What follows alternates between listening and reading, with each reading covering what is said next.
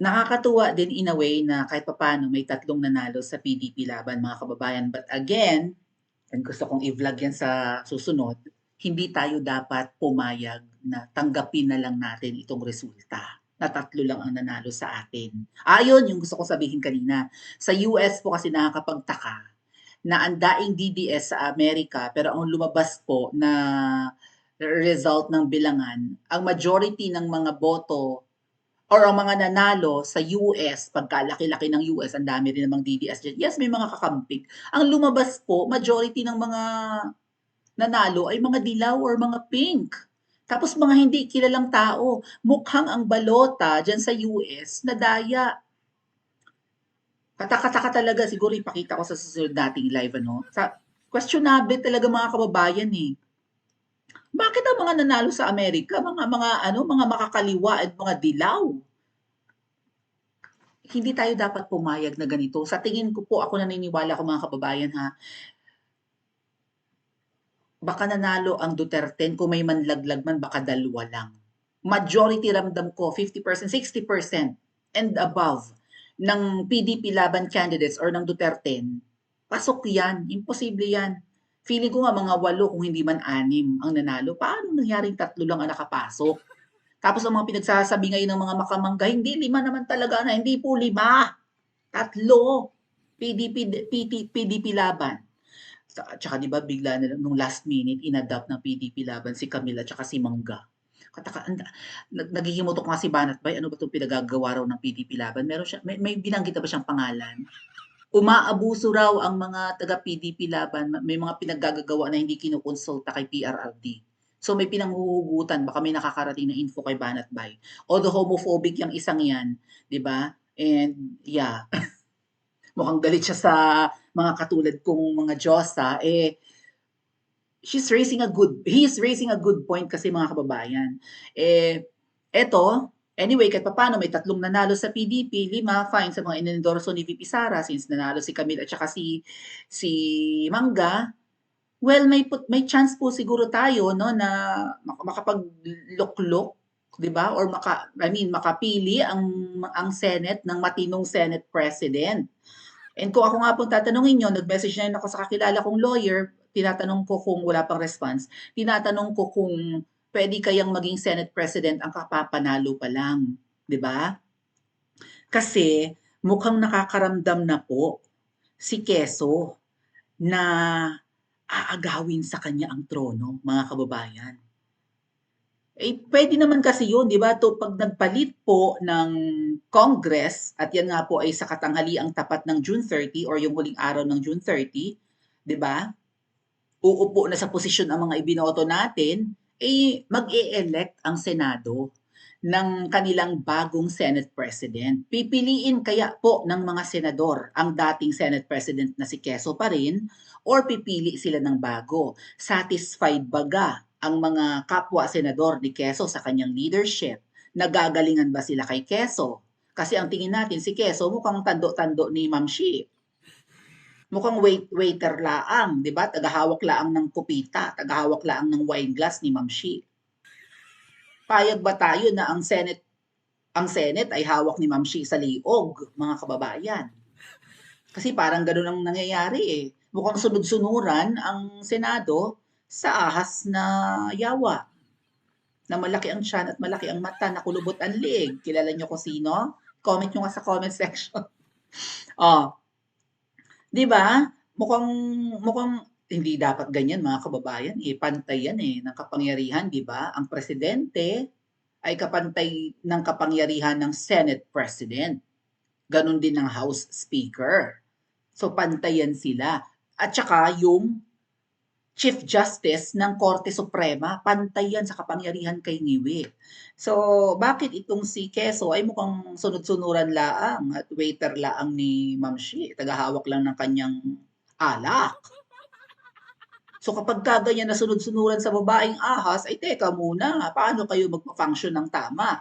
So ngayon po na may naipanalo tayo na sa tingin natin ay pwedeng maging qualified sa pagiging Senate President at magiging matino, sana nga ang uupo at susunod na Senate President ay kaalyado natin at kaalyado ni VP Sara at ng mga Duterte. Kasi itong Quezon, wala tayong aasahan dito. Allegedly, crony ang mga yan, ang pamilya ng mga yan, ang pamilya ng mga Magna. So, taga-ingat yaman, taga-tago ng mga kinamkam, di umano ha. Allegedly, 'di ba, may narinig kayong ganyan, yung tatay ni Quezon ay isa sa mga crony ng tatay ni Adik. So, anong mapapala natin? Kaya hindi maganda ang patakbo, no? Nagkakanda letse-letse ang Pilipinas kasi ang lahat takot sa powers that be. Takot sa kapangyarihan ng demonyang babaeng unano. So, inopen ko po pakita ko lang muna sa inyo itong deadma kunwari si Quezon na magkakaroon ng power struggle or power grab or whatever, or may coup d'etat na nangyayari mga kababayan. So pagkakaisahan si Quezon na mapalitan agad, pwede ba itong mangyari? Kasi parang 'di ba napagkaisahan si Mig Zubiri, na coup d'etat was it Mig Zubiri nakaraan? Tama. 'Di ba? Nakudeta si Mig Zubiri. At nag-iyak-iyak pa nga si Bato, sabi niya, kasi napagkasunduan namin na. Kaya nga si Bato, 'di ba, na-question yung loyalty niya kasi instead na bumoto siya ng something like that or pumili ng panibagong Senate President after Tito Sen or something. Basta may nangyaring coup, 'di ba? Yeah, Senate President yata. No, no, no. Naging Senate President yata si Mig Zubiri, pero pinagkaisahan ang pumalit si Quezon. At majority of the votes, kailangan po 13, ha? 13 na senador, ay 24 sila. Pag naging 13, di 11 na lang yung sa kabila. Imbes na si Bato at saka si Bongo, bumoto in favor of Migs, ay bumoto in favor of Quezon na tando-tando ni Ma'am Shi. Bakit ganyan sina Bato? Kaya ito pong mangyayaring mga kababayan, kung magkakaroon man po ng coup d'etat, dito natin malalaman kung sino ang kakampi natin at kaaway sa mga Duterte-aligned politicians. Okay? So, dinedma lang daw di umano ni Quezon ang namimintong coup d'etat laban sa kanya.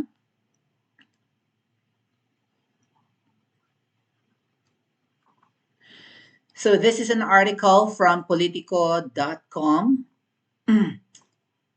or politics.com. Senate President Quezon Kinemelatik with Kilay shrugged off rumors of an impending coup. Against his leadership, saying that any senator, if they had the numbers to replace him, is expected to take on the challenge. Any senator, mga kababayan, kahit sinong senador. Ganun pala yun. Wala palang mga seniority and whatnot. Hindi porke inugat ng katulad ni Tito Sen sa pagkatagal-tagal, ilang dekada na yata yan dyan sa Senado. Ay siya pa rin. Any senator. And inopen ko po ang website ng senate.gov.ph. So, para lang may mabasa ako mga kababayan. Sabi dito ay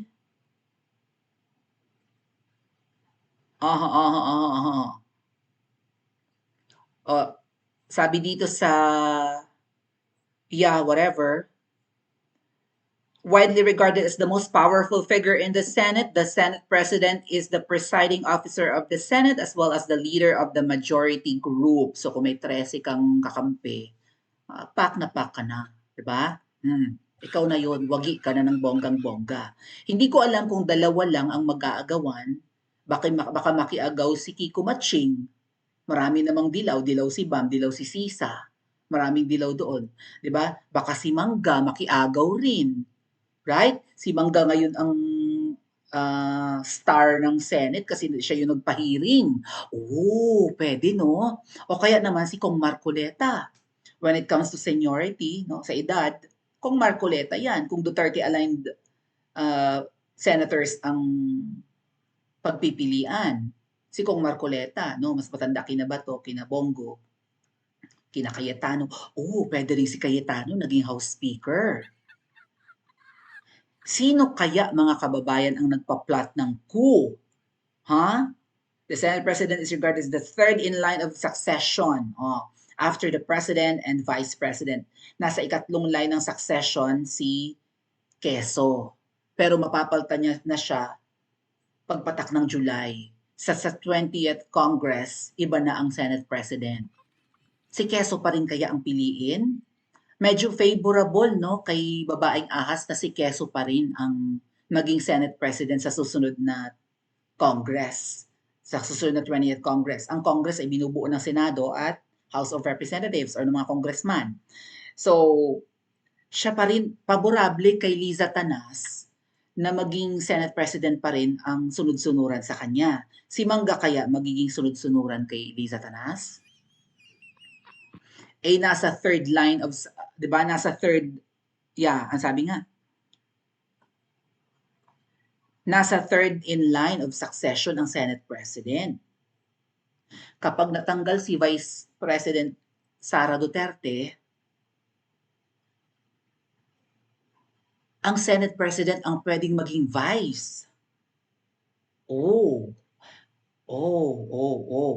Pero kapag ang Senate President, mga kababayan, ay si Kong Marcoleta, mukhang hindi magpupush yan. Hindi naman siguro siya ganun kaganit sa kapangyarihan na gugustuhin niyang ma-impeach si VP Sara para siya ng Vice President.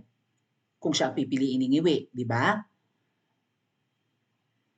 Si Mangga, kapag naging Senate President at nakiagaw rin ng kapangyarihan, baka siya yung nagpa-plot ng coup d'etat laban kay Quezon, at na-push ang impeachment ni VP Sara, traidora ang Mangga na yan, okay, maniwala na magiging kakampi ni VP Sara yan, baka pag naging Senate President yan, ma-impeach si VP Sara at siya ang maging vice ng kanyang kapatid.